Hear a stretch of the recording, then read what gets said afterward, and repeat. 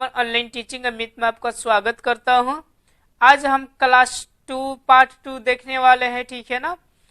तो चलिए देखते हैं कि क्वेश्चन पहला हमारा क्या बोल रहा है। बोल रहा है कि प्रकाश का अपवर्तन से आप क्या समझते हैं, इनके नियम को लिखें। ये याद रखिएगा, बोर्ड मॉडल क्वेश्चन है, ठीक है ना। ये 4 या 2 नंबर का पूछता प्लस इसी से 1 नंबरिया भी बनाता है। अब कैसे बनाते हैं 1 नंबर, अब ये कैसे बनाता है 1 नंबरिया। जस्ट हम जब 1 नंबरिया क्वेश्चन करेंगे, ऑब्जेक्टिव जब क्वेश्चन करेंगे तो आपको पता चलेगा, ठीक है ना। तो सबसे पहले हम क्वेश्चन को समझ लेते हैं कि प्रकाश का अपवर्तन, ठीक है ना। तो सबसे पहले देखिए वर्ड आया प्रकाश, आखिर प्रकाश होता क्या है, ठीक है ना। उसके बाद समझेंगे अपवर्तन, अपवर्तन क्या होता है, ठीक है ना। इन दोनों को समझेंगे तबे ना समझकर बता सकेंगे, ठीक है ना, कि प्रकाश का अपवर्तन सब क्या समझते हैं। उसके बाद से इनके नियम को देखेंगे, ठीक है ना। तो जो व्यक्ति पिछले क्लास किए होंगे वो प्रकाश के बारे में जान गए होंगे, ठीक है ना। लेकिन जो नहीं किए होंगे उनके लिए तो बताना नेसेसरी है। तो थोड़ा सा आपको बता देते हैं, बता कहीं बढ़ते हैं, ठीक है ना। उसमें पहले क्लास में, ठीक है ना, तो परावर्तन के बारे में बता चुके थे कि परावर्तन क्या होते हैं, ठीक है ना। तो सबसे पहले हम प्रकाश बता देते हैं, उसके बाद हम परावर्तन बताकर उसके बाद अपवर्तन पे चलेंगे, ठीक है ना। तो देखिए प्रकाश क्या होता है, ठीक है ना। तो प्रकाश क्या होता है, तो कोई भी वस्तु को देखने के लिए, जैसे देखिए आपका कोई ये आदमी है, ठीक है ना। अब देखिए इसको कोई वस्तु को देखना है, यही वस्तु को समझिए कि देखना है इसको, इस आदमी को। तो थोड़ा सा आप बताइए हमको, ठीक है ना, कि जो टॉर्च बारा जाएगा, जो लाइट लाया जाएगा आपका, ठीक है ना, अब ये किधर बारा जाएगा, ठीक है ना। थोड़ा बताइए, इसके आंख को बारेंगे तब ये वस्तु दिखाई देगा, या इस पे बारेंगे तब दिखाई देगा, ठीक है ना। तो ये तो अभी आप बोल नहीं सकते, लेकिन कमेंट जरूर कर सकते हैं कि वस्तु की ओर बारा जाएगा तब इसको आंखों पर दिखाई देगा, यानी यहाँ पर बढ़ा जाएगा, ठीक है ना। तो ये क्या होगा, तो ये दिखाई देगा, ठीक है ना। तो दिखाई कब देगा, तो यहाँ से प्रकाश लौटेगा, यहाँ से प्रकाश क्या होगा, लौटेगा, ठीक है ना। तो लौटने वाले को हम आपको बता दिए हैं कि परावर्तन कहते हैं, यानी इसका भी बताए हैं कि पर आवर्तन, यानी पढ़कर और लौटना, पढ़कर क्या होना, लौटना, तो परिवर्तन हो जाता है, ठीक है ना। अब देखिए कुछ कुछ ऐसे कंडीशन होता है, ठीक है ना, कि जिसपे प्रकाश का होता पढ़कर लौटता नहीं है। जैसे आपका कुआं ले लीजिए, ठीक है ना। ये मान लेते हैं कि आपका कुआं है, ठीक है ना। अब देखिएगा इसमें अगर यहाँ से कोई व्यक्ति ध्यान से झांक रहा है, ठीक है ना, यहाँ पर ये व्यक्ति क्या हो रहा है, इस कुएं के अंदर झांक रहा है, ठीक है ना। तो उसको 2 कंडीशन यहाँ पे दिखाई देते हैं। देखिए पहला कंडीशन जो होता है आपका, ठीक है ना, कि देखिएगा ये जो परत है आपका, ठीक है ना, और इसके जो नीचे का वस्तु है वो आपको दिखाई दे देता है, ठीक है ना। और सेकेंड कंडीशन, कभी ध्यान से देखिएगा तो आपका चेहरा भी दिखाई दे देता है, आपका क्या दिखाई देता है, चेहरा भी दिखाई देता है। अब देखिए यहाँ पर भी वस्तु है, लेकिन यहाँ पर पढ़कर लौटा नहीं, आपको ये दिखाई दिया, आपको ये क्या दिया, दिखाई। यानी इसके मतलब कि ये तो यहाँ पर आ गया, नीचे चला गया प्रकाश, लेकिन कुछ ऐसा कंडीशन था कि पढ़कर लौटा तबे तो आपका चेहरा दिखाई दिया। तो आपको बता चुके हैं कि जो पढ़कर लौटता है उसे हम परावर्तन बोल देते हैं, ठीक है ना। और जो नहीं लौटा जाकर अंदर का वस्तु दिखाई देता है उसको हम क्या बोलेंगे, अपवर्तन। यानी देखिए लौटा नहीं, प्रकाश चला गया अंदर, ठीक है ना। अ के मतलब नहीं, अपरिवर्तन के मतलब लौटना, यानी वो लौटता नहीं है, लौटता नहीं है, और इसमें लौटता है, बस इतना याद रखिएगा, इसमें लौटता नहीं। और एक चीज आप ध्यान से देखिएगा, इसमें क्या चीज, तो देखिएगा कि ये जो आदमी ये कोई वस्तु को देखेगा ना, लगेगा कि कुआं का जो गहराई ऊपरे है, कैसा है जी, ऊपरे है, ठीक है ना, इसको ऊपर दिखाई देगा।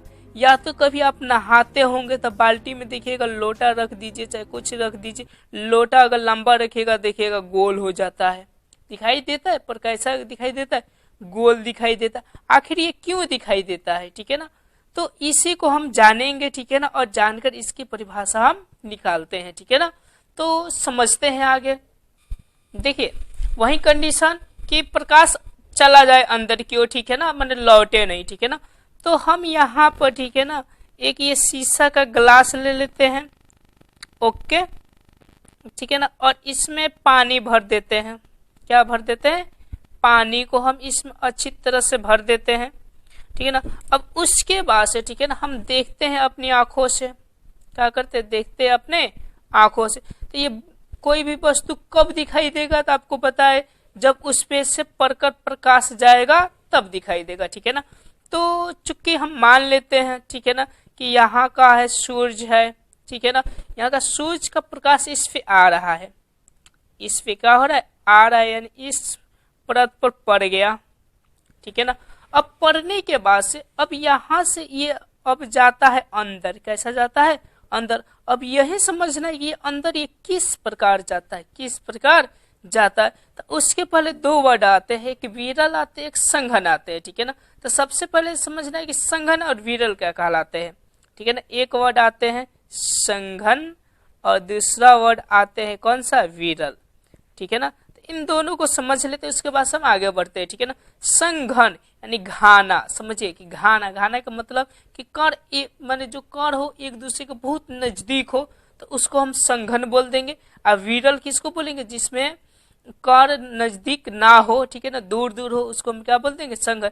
जैसे हवा जो माध्यम हो जाएगा वो संघन हो जाएगा, और जो पानी हो जाएगा, सॉरी, हवा जो हो जाएगा वो विरल हो जाएगा, और जो पानी होगा वो क्या हो जाएगा? संघन हो जाएगा।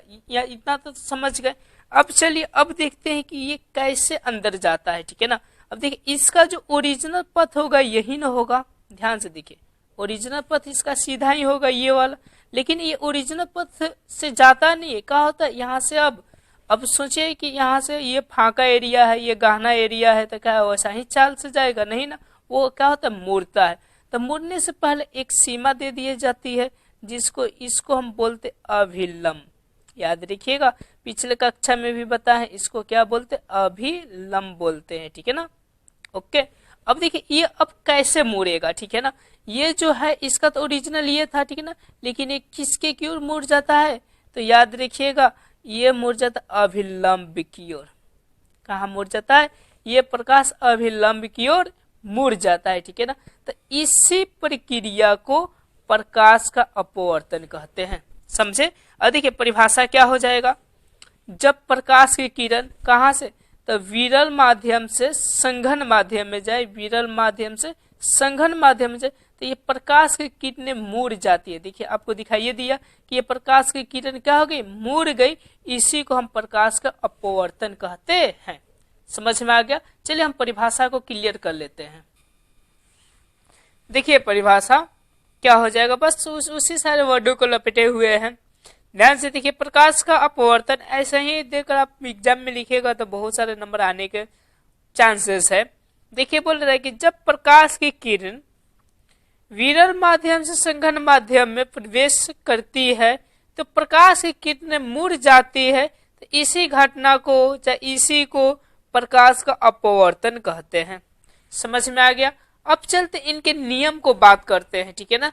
तो आप अगर पिछले क्लास को देखे होंगे तो आप फटाक से नियम आप याद कर सकते हैं, तो समझ सकते हैं। क्योंकि एक बार हम समझाने का कोशिश कर रहे हैं, फिर आते हैं हम चित्र पर आते हैं, ठीक है ना। और चित्र को समझते हैं और समझकर हम क्या करते हैं? तो नियम निकालने का कोशिश करते हैं, ठीक है ना। तो पिछले क्लास में बताए थे कि ये जो किरण पड़ती है तो इसको हम पढ़ना आती है तो आपतित किरण बोलते हैं। ओके, और इसको क्या बोलते? अभिलंब बोलते हैं, ये भी जानते। और देखिए ये जा रही है, क्या हो रही है? ये जा रही, परिवर्तित नहीं हो रही, ये इधर जा रही है, मैंने मुड़ कर जा रही है। तो देखिए जाने वाले किरण को इसमें हम बोले थे परिवर्तित किरण, और इसमें जो जा रही है बिना मुड़े हुए तो इसको हम अपरिवर्तित किरण बोल देंगे, खाली अ इसमें जोड़ देंगे। ओके, ठीक है ना। और इसको बोल देंगे क्या? अभिलंब। क्या बोल देंगे? अभिलंब। ये जो बिंदु है इसको हम क्या बोल देंगे? आपतन बिंदु। क्या बोल देंगे? आपतन बिंदु। और ये सब के सब क्या एक ही समतल में है? क्या एक ही समतल में है?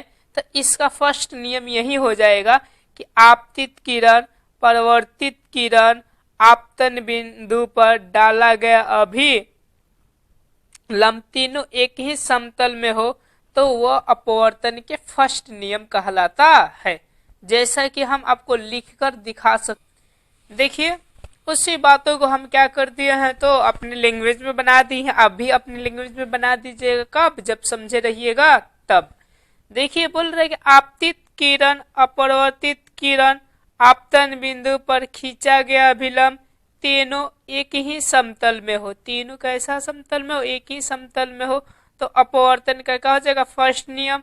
और परिवर्तन का भी ये क्या है? फर्स्ट नियम। लगभग ऐसा ही है, बस अपरिवर्तित के लगे परिवर्तित किरण है। ओके, समझे? अब चलिए तुषार का नियम को देखते हैं। यही थोड़ा हार्डली होता है। अब इसी हार्डली को हमको क्या करना? आसान करना है। तो पहले समझ लेते हैं, ठीक है ना, कि तुषार का नियम कैसे होगा। ठीक है ना? ओके, समझने का अब देखिए कोशिश कर रहे हैं हम। देखिए चित्र के माध्यम से समझते हैं।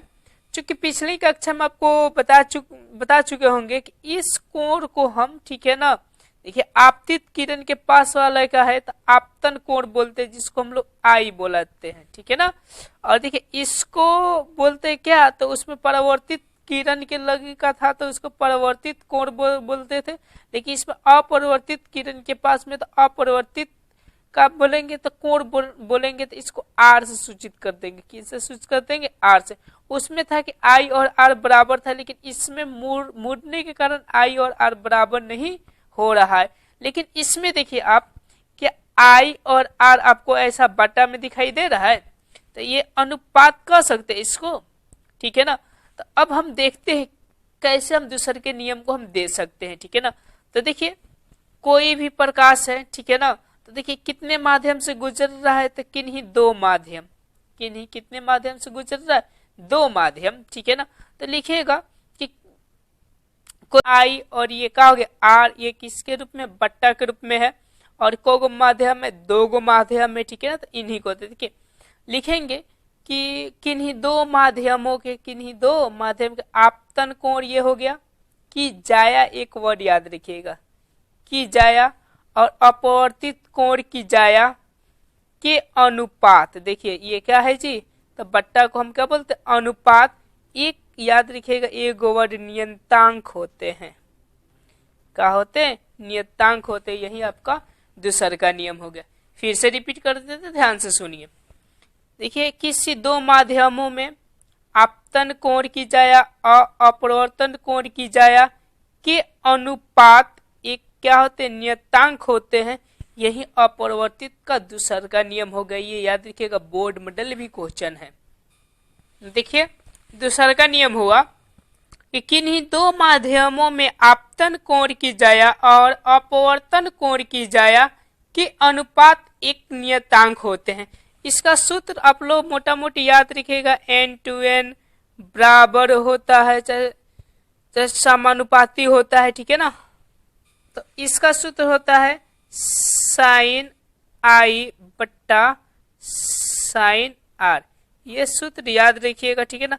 और इसमें थोड़ा सा और याद रखिएगा, इसको स्नेल का नियम भी बोलते हैं। स्नेल का नियम भी इसको बोला जाता है। तो ये भी पूछता है कि स्नेल का नियम किसे बोलते हैं, तो यही आप परिभाषा और सूत्रवा लिख दीजिएगा तो आपका आंसरवा दौड़ते हुए हाँफते हुए, ठीक है ना, आ जाएगा। चूंकि अगर समझे होंगे तो मेरे वीडियो को लाइक कीजिए, सब्सक्राइब कीजिए और अपने दोस्तों को हेल्प कीजिए। ठीक है ना? जलिएगा नहीं उससे।